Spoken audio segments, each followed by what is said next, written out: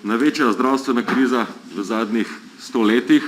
Vlada Janeza Janše je številka 1 v svetu po številu smrtnih žrtev.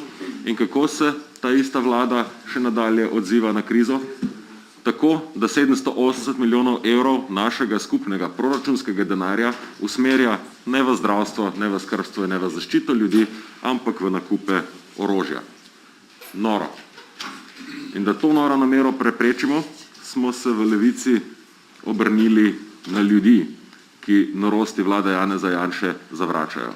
Zbrali smo podpise, da 780 milijonov evrov za orožje zaustavimo na zakonodajnem referendumu. In ljudje so se odzvali. Odzvali so se množično. Kljub epidemiji, kljub mrazu so ostali v vrsti z maskami in razdaljo, zato da prispevajo svoj podpis. V samo 5 dneh smo teh podpisov zbrali za 30 tisoč. In seveda se je vlada Janeza Janše ustrašila, da bo njen velik lobističen posel nabave orožja za 780 milijonov evrov padel v vodo in je naredila edino stvar, ki jo zna. Demokracijo je prepovedala in ljudem referendum vzela. Ne s kakršnimkoli argumentom, ampak surovo silo koalicijskega glasovalnega stroja. Seveda smo se v Levici obrnili na Ustavno sodišče z zahtevo, da obrani demokracijo v tej državi in pričakujemo tudi zmago. Vam bom navedel, zakaj. Vlada nasprotuje zakonodajnemu referendumu o 780 milijonov evrov, ki naj gre za orožje, z enim ključnim argumentom, in sicer, da je to nujen zakon za obrambo države. Ampak ta zakon je menda tako, če je ta zakon menda tako nujen, zakaj ga torej Državni zbor ni obravnaval po nujnem postopku? Obravnaval ga je po rednem. Tako zelo je nujen, da je bil v parlamentarni proceduri celih 5 mesecev. Sami ukrepi iz predloga se bodo uresničevali naslednjih 6 let. Res neverjetna nujnost, neverjetna naglica. Dalje. Zakon veliko večino od teh 780 milijonov namenja za izgradnjo 2 srednjih bataljonskih skupin v kontekstu NATO-vega delovanja v tujini.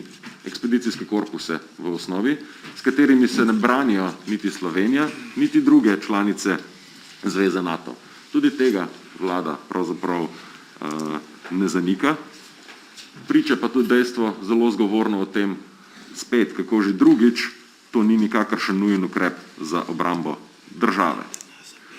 Tudi dejstvo, da NATO pričakuje izgradnjo teh bataljonskih skupin do leta 2036, je dodaten argument, kako pravzaprav ne gre za nujno obrambo države. Sklep o tem, da je razpis referenduma nedopusten, je vlada Janeza Janše Državnemu zboru predlagala 4 mesece potem, ko je predlagala sam zakon, in šele potem, ko se je ustrašila zbiranja podpisov za referendum v organizacije Levice in ko je postalo jasno, da bomo šli do konca z obvezujočim zakonodajnim referendumom.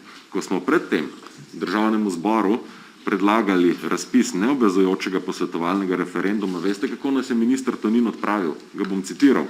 Posvetovalni referendum je nesmiseln. Nimam pa nobenega problema, če bodo zbrali za podpise za zakonodajni referendum. Potem se je pa minister Tonin premislil, ker veste, kaj je minister Tonin? Zbrali smo podpise. Ne 5000 podpisov, koliko je potrebnih za začetek zakonodajnega referenduma. Zbrali smo jih 30 tisoč. In ker ste se ustrašili demokracije, ustrašili ste se volje ljudstva in ustrašili ste se, da bo 780 milijonov evrov težka nabava orožja padla v vodo, s tem pa bodo padle v vodo tudi provizije za vlado Janeza Janše, ste se odločili, da boste ljudem demokracijo prepovedali in referendum odzeli.